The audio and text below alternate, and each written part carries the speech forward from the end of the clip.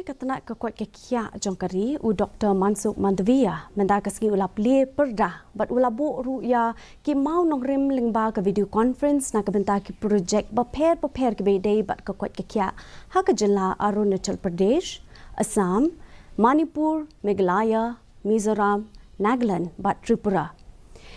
Myntri ke Tnat ke Koit ke Khiah ke jela Meghalaya Dr. Mazel Ampareen Lyngdoh ila Plie patba ke Public Health Laboratory hapo ke skim PM Abhim ha Pasture Institute Shillong.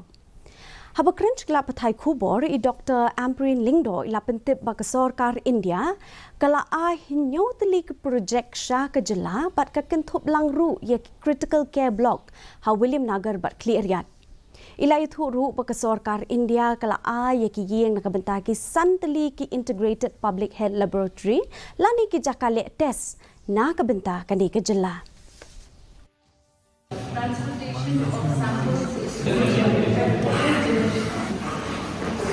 Citizens spend a lot of money, out of pocket money, at the time of testing for investigation of certain diseases.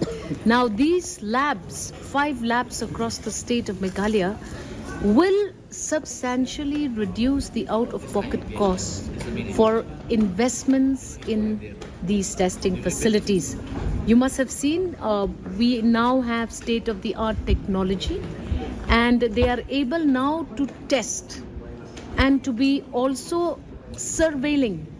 The surveillance nature of these labs is that they will be able to predict if there is an outbreak of certain diseases.